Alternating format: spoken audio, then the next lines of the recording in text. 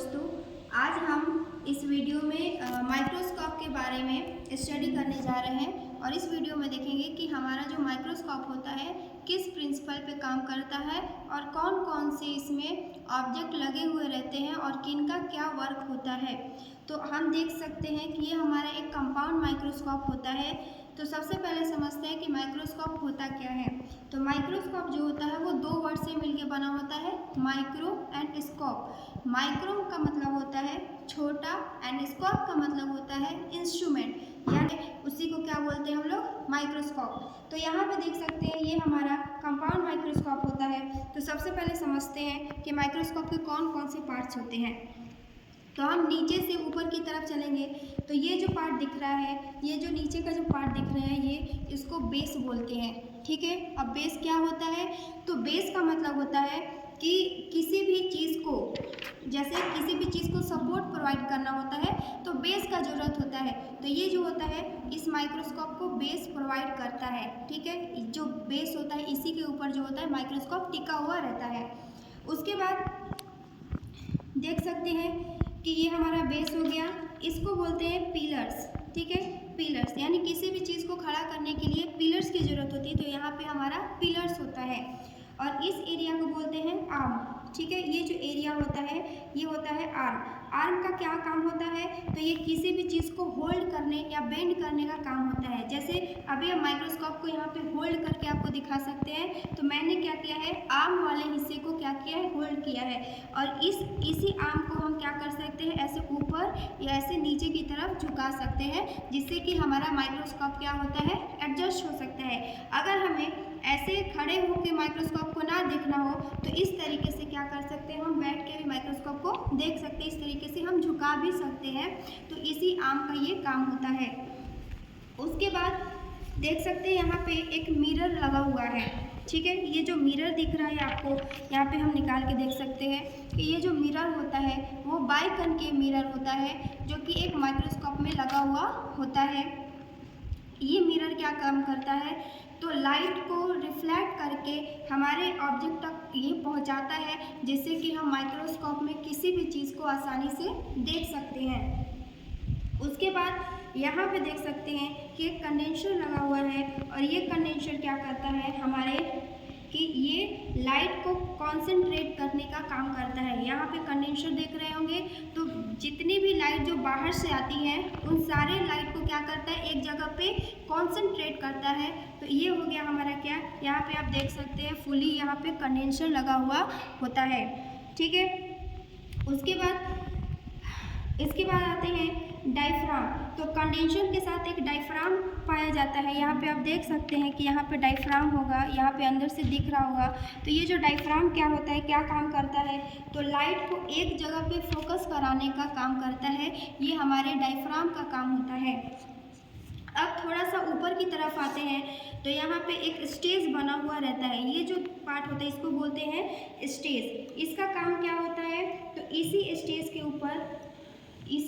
के ऊपर क्या होता है कि हमारा जो होता है स्लाइड को रखते हैं, और स्लाइड को रखने के बाद उसको हम आईपीस की मदद से इस तरीके से हम देखते हैं। तो स्टेज क्या काम करता है कि वहाँ पे जैसे कि मान के चलते हैं कि ये स्लाइड हो गया, तो इसी स्टेज के ऊपर हम लोग क्या करते हैं, स्लाइड को नीचे की तरफ रखते हैं।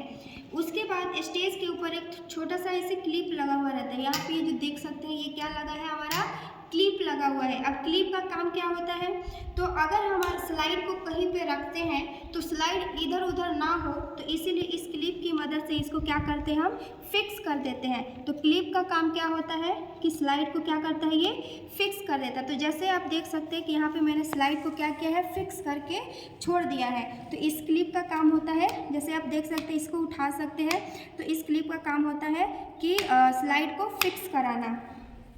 उसके बाद आता है क्या हमारा, ये अब थोड़ा सा ऊपर की तरफ देखते हैं तो ये जो होता है इसको बोलते हैं नोज पीस। ठीक है, इसको क्या बोलेंगे हम लोग, नोज पीस बोलेंगे। ये जो होता है मूवेबल होता है, ऐसे घूम भी सकता है, नोज पीस क्या काम करता है, तो इसके ऊपर 3 ऑब्जेक्ट लगे हुए रहते हैं। यहाँ पे आप देख सकते हैं कि एक ऑब्जेक्ट यहाँ पे है, एक ऑब्जेक्ट यहाँ पे लगा हुआ है और दूसरा ऑब्जेक्ट जो है वो इस एरिया में, यानी कि 3 ऑब्जेक्ट लगे हुए रहते हैं। इस जगह पे भी एक ऑब्जेक्ट होता है। फिलहाल अभी इसमें 2 ऑब्जेक्ट लगे हुए हैं।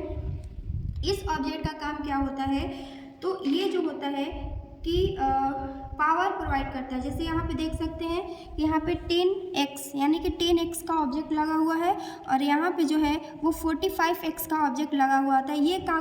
इसका काम होता है कि ये किसी भी चीज़ को जूम करके बड़ा करके दिखाने में हेल्प करता है।